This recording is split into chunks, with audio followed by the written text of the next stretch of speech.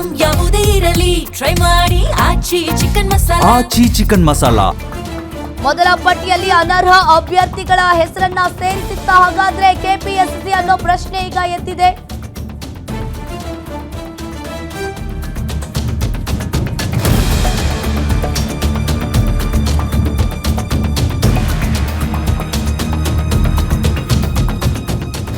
ಮೊದಲ ಪಟ್ಟಿಯಲ್ಲಿ ಅನರ್ಹ ಅಭ್ಯರ್ಥಿಗಳ ಹೆಸರನ್ನ ಹಾಗಾದ್ರೆ ಕೆಪಿಎಸ್ಸಿ ಸೇರಿಸಿತ್ತಾ ಅನ್ನೋ ಈಗ ಪ್ರಶ್ನೆ ಎದ್ದಿದೆ. ಕೆಪಿಎಸ್ಸಿ ಅಧಿಕಾರಿಗಳ ಮೇಲೆ ರಾಜ್ಯ ಪತ್ರದಲ್ಲಿ ನಕಲಿ ದಾಖಲೆಯನ್ನ ಸೇರಿಸಿದ ಆರೋಪ ಕೂಡ ಒಂದ್ ಕಡೆ ಕೇಳಿ ಬರ್ತಾ ಇರುವಂತದ್ದು. ಕೆಪಿಎಸ್ಸಿಯಿಂದ 1000ಕ್ಕೂ ಹೆಚ್ಚು ನಕಲಿ ಅಭ್ಯರ್ಥಿಗಳ ಪಟ್ಟಿ ಕೂಡ ಒಂದೊಂದಾಗಿ ಈಗ ಬಿಡುಗಡೆ ಆಗ್ತಾ ಇದೆ. ಇದೇ 2018 ಡಿಸೆಂಬರ್ 13ರಂದು 1000ಕ್ಕೂ ಹೆಚ್ಚು ನಕಲಿ ಪಿಡಿಒ ವಿವರವುಳ್ಳ ಪಟ್ಟಿ ಕೂಡ ರಿಲೀಸ್ ಆಗಿದೆ. ಇನ್ನು ಇದಾದ ಬಳಿಕ 2019 ಮಾರ್ಚ್ನಲ್ಲಿ ಕೆಪಿಎಸ್ಸಿಯ ಹೆಚ್ಚುವರಿ ಪಟ್ಟಿ ಕೂಡ ರಿಲೀಸ್ ಅನ್ನ ಮಾಡಲಾಗಿತ್ತು. ಹಾಗಾದ್ರೆ ಎಸ್ಸಿ ಹಾಗೂ ಡಬ್ಲ್ಯೂ ಕೋಟಾದರಿ ಮೀನಾಕ್ಷಿ ಎನ್ನುವರ ಆಯ್ಕೆ ಇದರಲ್ಲಿ ಆಗಿದ್ರು. ಹಾಗಾದ್ರೆ ಚಿಕ್ಕಬಳ್ಳಾಪುರ ಜಿಲ್ಲಾ ಪಂಚಾಯತ್ ವ್ಯಾಪ್ತಿಯಲ್ಲಿ ಇವರಿಗೆ ನೇಮಕಾತಿಗೆ ಆಯ್ಕೆಯನ್ನ ಕೂಡ ಮಾಡಿದ್ರು. ತದನಂತರ ಹೆಚ್ಚುವರಿ ಪಟ್ಟಿಯಲ್ಲಿ ಹೆಸರಿಸಿದ್ರು. ನೇಮಕಾತಿ ಆದೇಶವನ್ನ ಜಿಲ್ಲಾ ಪಂಚಾಯಿತಿ ಸಿಇಒ ನೀಡಿರಲಿಲ್ಲ. ನಕಲಿ ಹೆಸರಿನ ಬೇರೊಬ್ಬ ಅಭ್ಯರ್ಥಿಗೆ ನೇಮಕಾತಿ ಆದೇಶವನ್ನ ಮಾಡಿದ್ದ ಸಿಇಒ ಅನ್ನೋ ಪ್ರಶ್ನೆ ಈಗ ಎದ್ದಿದೆ. ನಾಗಮಣಿ ಕೆ ಎನ್ನುವವರ ದಾಖಲೆಗಳನ್ನ ಮೀನಾಕ್ಷಿ ಕೆ ಎಂದು ತಿದ್ದುಪಡಿ ಮಾಡಿದ್ದಾರೆ. ಹಾಗಾದ್ರೆ ನೋಡಿ, ಇಲ್ಲಿ ಹೆಸರನ್ನೇ ಕೂಡ ಇವರು ಬದಲಾಯಿಸಿದ್ದಾರೆ. ಇಲ್ಲಿ ಚಿಕ್ಕಬಳ್ಳಾಪುರ ಜಿಲ್ಲಾ ಪಂಚಾಯಿತಿ ವ್ಯಾಪ್ತಿಯಲ್ಲಿ ಒಬ್ಬರ ಹೆಸರು ಕೂಡ ನೇಮಕಾತಿ ಆಗಿತ್ತು. ಆದ್ರೆ ಇಲ್ಲಿ ಹೆಸರನ್ನ ಬದಲಾಯಿಸಿದ್ದಾರೆ ಅನ್ನೋ ಮಾಹಿತಿಯು ಕೂಡ ಬೆಳಕಿಗೆ ಬರ್ತಾ ಇದೆ. ನಕಲಿ ಹೆಸರಿನ ಬೇರೊಬ್ಬ ಅಭ್ಯರ್ಥಿಗೆ ನೇಮಕಾತಿ ಆದೇಶವನ್ನ ಮಾಡಿದ್ರ ಹಾಗಾದ್ರೆ ಸಿಇಒ ಅನ್ನೋ ಪ್ರಶ್ನೆ ಈಗ ಇಲ್ಲಿ ಎದ್ದಿದೆ. ನಾಗಮಣಿ ಕೆ ಎನ್ನುವವರ ದಾಖಲೆಗಳನ್ನ ಮೀನಾಕ್ಷಿ ಕೆ ಎಂದು ತಿದ್ದುಪಡಿಯನ್ನ ಮಾಡಿದ್ದಾರೆ. ಮೊದಲ ಪಟ್ಟಿಯಲ್ಲಿ ಅನರ್ಹ ಅಭ್ಯರ್ಥಿಗಳ ಹೆಸರನ್ನ ಸೇರಿಸುತ್ತಾ ಹಾಗಾದ್ರೆ ಕೆಪಿಎಸ್ಸಿ ಅನ್ನೋ ಪ್ರಶ್ನೆ ಈಗ ಎದ್ದಿದೆ. ಇನ್ನು ಬಗ್ಗಿದಷ್ಟು ಒಂದೊಂದಾಗಿ ಈಗ ಕೆಪಿಎಸ್ಸಿಯ ಕರ್ಮಕಾಂಡ ಬಯಲಿಗೆ ಬರ್ತಾ ಇದೆ. 1000ಕ್ಕೂ ಒಂದಲ್ಲ ಎರಡಲ್ಲ ಮೂರಲ್ಲ 1000ಕ್ಕೂ ಹೆಚ್ಚು ಹೆಸರುಗಳನ್ನ, ನಕಲಿ ಹೆಸರುಗಳನ್ನ ಕೆಪಿಎಸ್ಸಿ ಅಕ್ರಮವಾಗಿ ಬಳಸಿಕೊಂಡಿದ್ದಾರೆ ಅನ್ನೋದು ಗೊತ್ತಾಗ್ತಾ ಇದೆ. 2019 ಮಾರ್ಚ್ನಲ್ಲಿ ಈ ರೀತಿಯಾದಂತಹ ಘಟನೆ ನಡೆದಿತ್ತು. ಎಕ್ಸಾಮ್ ನಡೀತು. ಆ ಮೊದಲ ಪಟ್ಟಿಯಲ್ಲಿ ಹೆಸರುಗಳನ್ನ ಹಾಕಿದ್ದಾರೆ ಅನ್ನೋದು ಗೊತ್ತಾಗ್ತಾ ಇದೆ.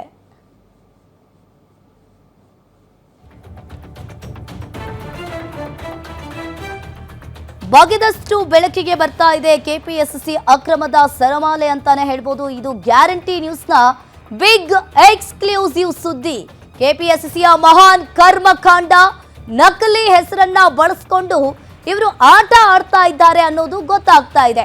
ಎಷ್ಟೋ ಜನ ಸ್ಟೂಡೆಂಟ್ಸ್ಗಳು ಊರಿಂದ ಊರಿಗೆ ಬಂದು ಸಾಕಷ್ಟು ಫೀಸನ್ನ ಕಟ್ಟಿ ಎಕ್ಸಾಮ್ಸ್ ಅಂತ ಹೇಳಿ ಕುತ್ಕೊಂಡು ಓದ್ತಾ ಇರ್ತಾರೆ, ಕಷ್ಟಪಟ್ಟು ಓದ್ತಾ ಇರ್ತಾರೆ. ಆದ್ರೆ ಇಲ್ಲಿ ಯಾರ್ಯಾರ ನಕಲಿ ಹೆಸರುಗಳನ್ನ ಹಾಕಿಸ್ಕೊಂಡು ಅವ್ರ ಕಡೆ ದುಡ್ಡನ್ನ ಇಸ್ಕೊಂಡು ಈ ರೀತಿಯಾದ ಕೆಲಸವನ್ನ ಮಾಡಿದ್ದಾರೆ ಅನ್ನೋದು ಇಲ್ಲಿ ಗೊತ್ತಾಗ್ತಾ ಇರುವಂತದ್ದು.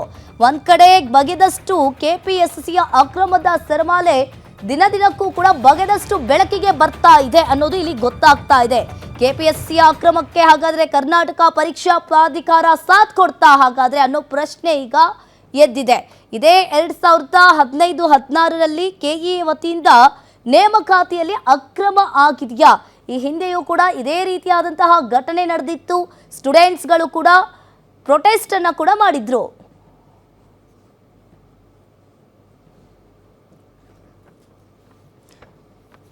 ಈ ಬಗ್ಗೆ ಹೆಚ್ಚಿನ ಡೀಟೇಲ್ಸ್ ಅನ್ನ ನೀಡ್ತಾರೆ ನಮ್ಮ ಪ್ರತಿನಿಧಿ, ಡೆಸ್ಕ್ ಇಂದ ಲೈವ್ ಜಾಯಿನ್ ಆಗಿದ್ದಾರೆ ಉಲ್ಲಾಸ್. ಉಲ್ಲಾಸ್, ಇಲ್ಲಿ ಒಂದ್ ಕಡೆ ನೋಡ್ತಾ ಇರ್ಬೋದು, ಇದೇ ರೀತಿಯಾದಂತಹ ಘಟನೆ ಹಿಂದೆಯೂ ಕೂಡ ನಡೆದಿತ್ತು. ಈಗ ಮತ್ತೆ ಕೆಪಿಎಸ್ಸಿಯ ಅಕ್ರಮ ಬಗೆದಷ್ಟು ಈಗ ಬಯಲಾಗ್ತಾ ಇದೆ. ಏನಿದೆ ಇದ್ರ ಬಗ್ಗೆ ಹೆಚ್ಚಿನ ಡೀಟೇಲ್ಸ್? ಅಂಕಿತಾ, ಕೆಪಿಎಸ್ಸಿಯಿಂದ ನಡೀತಾ ಇರುವಂತಹ ಪ್ರತಿಯೊಂದು ನೇಮಕಾತಿಯಲ್ಲೂ ಕೂಡ ಹಗರಣ ಆಗ್ತಿದೆ ಅನ್ನುವಂಥ ಆರೋಪ ಇವತ್ತಿನಿಂದಲ್ಲ, ಕಳೆದ ಹಲವು ವರ್ಷಗಳಿಂದಲೂ ಕೂಡ ಕೇಳಿಬರ್ತಾ ಇದೆ. ಇದಕ್ಕೆ ಸೂಕ್ತ ಉದಾಹರಣೆ ಅಂತಂದರೆ 2015-16ರಲ್ಲಿ 1000 ಪೋಸ್ಟ್ಗಳಿಗೆ ಗ್ರಾಮ ಪಂಚಾಯಿತಿ PDO ಮತ್ತು ಕಾರ್ಯದರ್ಶಿ ಹುದ್ದೆಗಳಿಗೆ ನೇಮಕಾತಿಯನ್ನು ಅಧಿಸೂಚನೆಯನ್ನು ಹೊರಡಿಸುತ್ತೆ. ಆದರೆ ಆ ಒಂದು ವಿಚಾರವನ್ನು, ಅಂದರೆ ನೇಮಕಾತಿಯನ್ನು ಕೆಪಿಎಸ್ಸಿ ಹೊರಡಿಸುತ್ತೆ. ಕೆಇಎ ಮೂಲಕ ಪರೀಕ್ಷೆನೂ ಕೂಡ ಆಗುತ್ತೆ. ಪರೀಕ್ಷೆ ಆಗಿ ಅಂತಿಮವಾದಂಥ ಒಂದು ಪಟ್ಟಿ ಬಿಡುಗಡೆ ಮಾಡುವಂಥ ವಿಚಾರದಲ್ಲಿ ಸಾಕಷ್ಟು ಗೋಲ್ಮಾಲ್ ಆಗಿದೆ ಅನ್ನುವಂಥ ಒಂದು ಆರೋಪ ಕೇಳಿಬರ್ತಾ ಬರ್ತಾ ಇದೆ. ಇದಕ್ಕೆ ಪೂರಕ ಎನ್ನುವಂತೆ ದಾಖಲೆಗಳು ಕೂಡ ಗ್ಯಾರಂಟಿ ನ್ಯೂಸ್ಗೆ ಲಭ್ಯವಾಗಿದೆ. 2015-16ರಲ್ಲಿ ನೋಟಿಫಿಕೇಶನ್ ಅನ್ನು ಹೊರಡಿಸುತ್ತೆ. 2017ರಲ್ಲಿ ಪರೀಕ್ಷೆ ಆಗುತ್ತೆ. 2018ರಲ್ಲಿ ಅಂತಿಮವಾದಂಥ ಅಂದ್ರೆ 1:3 ಪಟ್ಟಿಯನ್ನು ಬಿಡುಗಡೆ ಮಾಡುವಂಥ ಕೆಲಸವನ್ನು KPSC ಮಾಡುತ್ತೆ. ಆದರೆ ಆ ಒಂದು ಪಟ್ಟಿ ಬಿಡುಗಡೆ ಮಾಡುವಂಥ ವಿಚಾರದಲ್ಲಿ ಸಾಕಷ್ಟು ಗೋಲ್ಮಾಲ್ ಆಗಿದೆ ಅನ್ನುವಂಥದ್ದು. ಯಾರು ಪಟ್ಟಿಯಲ್ಲಿ ಬಿಡುಗಡೆ ಆದಂಥ ಪಟ್ಟಿಯಲ್ಲಿ ಇರುವಂತಹ ಅರ್ಹ ಅಭ್ಯರ್ಥಿಗಳೇನಿದ್ದಾರೆ ಅವರ ಬದಲಾಗಿ ಬೇರೆ ಯಾರನ್ನು ನೇಮಕಾತಿ ಮಾಡುವಂಥ ಕೆಲಸ ಆಗಿದೆ ಅನ್ನುವಂಥ ಒಂದು ಗಂಭೀರ ಆರೋಪ KPSCಯಲ್ಲಿರುವಂಥ ಅಧಿಕಾರಿಗಳ ಮೇಲೆ ಕೇಳಿ ಬರ್ತಾ ಇದೆ. ಯಾಕೆಂತಂದ್ರೆ ಒಬ್ಬ ಸಿಬ್ಬಂದಿ ಅಂದ್ರೆ ಒಬ್ಬ ನೇಮಕಾತಿ ಆದಂತಹ ಅಭ್ಯರ್ಥಿ ಏನಿದ್ದಾರೆ ಅವರ ಬದಲಾಗಿ ಬೇರೆ ಯಾರನ್ನು ಹಣದ ಆಸೆಗೆ KPSC ಅಧಿಕಾರಿಗಳು ಹಣದ ಆಸೆಗೆ ಬೇರೆ ಒಬ್ಬ ನಕಲಿ ದಾಖಲೆಗಳನ್ನು ಸೃಷ್ಟಿ ಮಾಡಿ ಅವರನ್ನ ಪಿಡಿಒ ಹುದ್ದೆಗೆ ನೇಮಕಾತಿ ಮಾಡಿದ್ದಾರೆ ಅನ್ನುವಂಥ ಒಂದು ಆರೋಪ ಇದೀಗ ಕೇಳಿಬರ್ತಾ ಇರುವಂಥದ್ದು. ಈ ಕುರಿತಂತೆ ಮಾಹಿತಿಯ ಅಡಿನಲ್ಲಿ ಮಾಹಿತಿಯನ್ನು ಕೇಳೋಕೆ ಹೋದಂತಹ ಅಭ್ಯರ್ಥಿಗಳಿಗೂ ಕೂಡ ಅಲ್ಲಿಂದ KPSCಯಲ್ಲಿರುವಂಥ ಅಧಿಕಾರಿಗಳು ಬೆದರಿಕೆಯನ್ನು ಹಾಕ್ತಿದ್ದಾರೆ ಅನ್ನುವಂಥ ಒಂದು ಆರೋಪನೂ ಕೂಡ ಕೇಳಿಬರ್ತಿದೆ. ಈ ಕುರಿತಂತೆ ಸಚಿವರಿಗಾಗಿರ್ಬೋದು ಮತ್ತೆ ಮುಖ್ಯ ಕಾರ್ಯದರ್ಶಿಗೆ ದೂರನ್ನು ಕೂಡ ಕೊಟ್ಟಿದ್ರು. ಅವರ ಮೇಲೆ ಯಾವುದೇ ರೀತಿಯಾದಂಥ ಒಂದು ಕ್ರಮಗಳನ್ನು ಕೈಗೊಂಡಿಲ್ಲ ಅನ್ನುವಂಥದ್ದು ಕೂಡ ಕೇಳಿಬರ್ತಾ ಇದೆ. ಯಾಕೆಂತಂದ್ರೆ KPSC ಅಂತ ಬಂದಾಗ ಅಲ್ಲಿರುವಂಥ ಅಧಿಕಾರಿಗಳು ಈ ಒಂದು ನೇಮಕಾತಿ ಮಾಡುವಂಥ ವಿಚಾರದಲ್ಲಿ ಸಾಕಷ್ಟು ಲಕ್ಷ ಹಣವನ್ನು ಪಡೆದುಬಿಟ್ಟು ನಕಲಿ ದಾಖಲೆಗಳನ್ನು ಸೃಷ್ಟಿ ಮಾಡಿ ಅವರಿಗೆ ಬೇಕಾದಂತಹ ಅಭ್ಯರ್ಥಿಗಳಿಗೆ ಒಂದು ನೇಮಕಾತಿಯನ್ನು ಮಾಡುವಂಥ ಕೆಲಸವನ್ನು ಮಾಡಿದ್ದಾರೆ ಅಂತೇಳಿ 2015-16ರಲ್ಲಿ ನೋಟಿಫಿಕೇಶನ್ ಆಗುತ್ತೆ.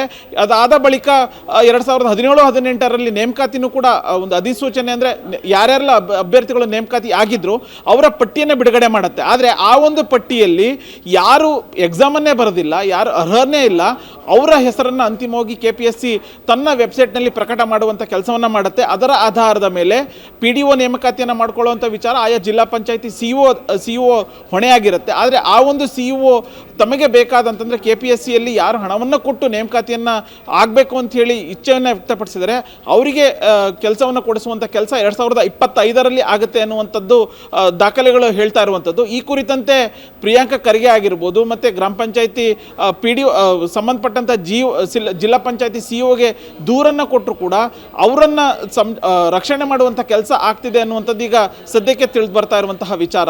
ಅಂಕಿತಾ, ಥ್ಯಾಂಕ್ ಯು ಉಲ್ಲಾಸ್ ನಿಮ್ಮೆಲ್ಲ ಮಾಹಿತಿಗೆ.